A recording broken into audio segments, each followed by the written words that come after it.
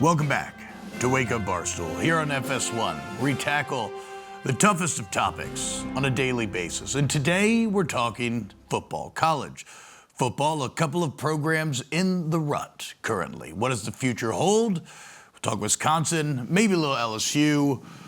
Dan Katz, how are we feeling about the Badgers right now? Yeah, this doesn't have to be a big production. I just really wanted to get this off my chest because I've said a lot of things. Some things that maybe I shouldn't have said. Whatever, that's fine. Listen, on that part, I think that I owe it to the fans to not be like bought and paid for. Where Yes. I'm going to speak for the fans, and it's an absolute disaster in Madison, Wisconsin, and it's a program in absolute hell.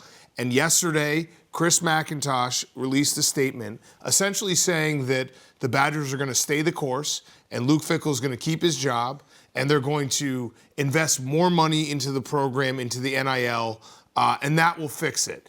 It is the Titanic going down, and they are basically playing the violin on the decks of the Titanic. Now, in terms of I know Chris McIntosh, I know Luke Fickell. I like these guys. These are good people. But at some point, you have to look in the mirror and say, this is not working. We need to fix it. And part of the fix is we shouldn't be doing these jobs anymore in terms of head coaching and being the athletic director. And that's where I think we're at with Chris McIntosh and Luke Fickell. They are not good at their jobs currently. I'm not saying Luke Fickell could go be a great coach somewhere else. Chris McIntosh, you could maybe go be an AD at a MAC school. You're not cut out for what you're doing right now. And the longer they prolong this is a sunk cost fallacy that Wisconsin is going with right now, where they've spent a lot of money on the head coach. Yep. And they spent a lot of money on rebuilding facilities for the football program. The more money you put into the current iteration, the longer it's going to take for us to get out of this hole. You throw a bunch of money next year, you maybe scratch together 7 wins, but you don't fix the actual structure and who's in charge and who's making these decisions, and then you have another year that's going to bottom out a year after that. And the longer you keep bottoming out, and the longer you keep saying, hey, it's fine, we can just throw money at this, the longer we're going to be in irrelevancy. And guess what? This is for the chancellor, who I have yet to meet, but I'm sure we get along swimmingly. Jennifer Nukin, I believe I say her name correctly. You have to realize this, that if Wisconsin football dies, the school is going to die with it. This is how football works in major Division I schools across America. The lifehood of the school is directly tied to the football program. Whether you think that's crazy, whether you think it's an indictment on higher education, that's a conversation, Jennifer, we can have another time. I'm happy to do that with you, but as the football program goes, the school goes. Enrollment, all the money that gets pumped into Madison, all the money that gets pumped into the school, the alumni having a connection to the school. You kill this football program, you are killing the University of Wisconsin-Madison. And I'm telling you that right now, please fix it. I'm pleading with you. All we care about is school pride here and having a good football program that can compete year in and year out. And we don't have it right now. And we don't know how to get out of this hell because you basically had an athletic director put out a message yesterday saying we're going to throw some money at it, which I think it's the money that already is coming from the NCAA. So I don't even think they're doing anything new. I think they're going to just spend the money they should have already spent already.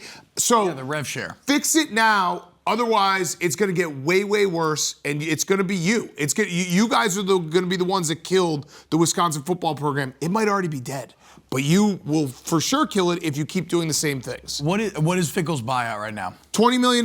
And I know that people will say, well, why don't you give the money? Listen, I've said this before. I'm in the worst spot of being a rich guy in the fact that I could buy an entire Wisconsin roster for a single year, and then I'd be out of money. I wish I had more money. I wish I had $1 billion. If I had $1 billion, I would write a check and get them all out, and I would run the program myself. I'd be like, hey, guess what? I'm going to be the AD, and I'm going to run this thing how I want to run it.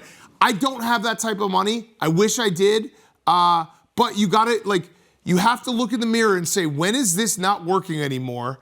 And when do we need to fix this and not just throw more money at it in a Band-Aid over a gaping wound? And we're at that point right now, and they're not going to fix it. If they can continue down this course, we're going to get deeper and deeper into a hole that will take us longer and longer to get out of. Genuine question, what is the biggest problem with Fickle? Because we all agreed he was a good hire at the time. Should have been a home run. Yeah, should have been a home run. And I think culturally he has not been a good fit. You know, obviously going with the air raid.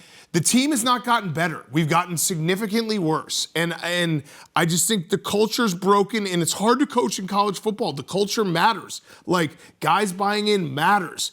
And now you're at a point where, are you going to go get a bunch of mercenaries next year? Like, this statement that Chris McIntosh put out read like they're going to try to buy a roster next year, which, okay, that's fine. But then what happens the year after that? What happens the year after that? We have to understand, in the current college landscape, we're not going to be like one of the rich teams. We're not going to be at Michigan. We're not going to be at Texas Tech. We don't have oil money that's just going to keep rolling in. Yeah. So you have to get back to playing Wisconsin football and building a culture and getting guys to come here for the culture, and it's just not happening. So you can't do just a one-year stopgap, let's win 8 games and say everything's fine. Well, the scary thing is, too, is growing up in the Midwest, like, you know, you went to Wisconsin, Iowa, Michigan State because of the sturdiness of their program. Right.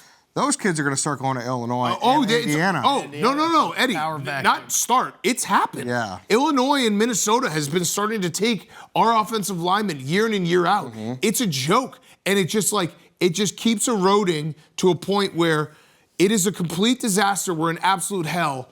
And the only way out is to look in the mirror and say, we're in hell. Chris McIntosh, look in the mirror and say, we're in hell. I'm not the man for this job. Luke Fickell, we're in hell. I'm not the man for this job. Jennifer Nukin, we're in hell. Maybe I am the woman for this job, but these guys aren't the men for this job. Figure it out, because it's going to get worse. It will get worse if they continue down this path.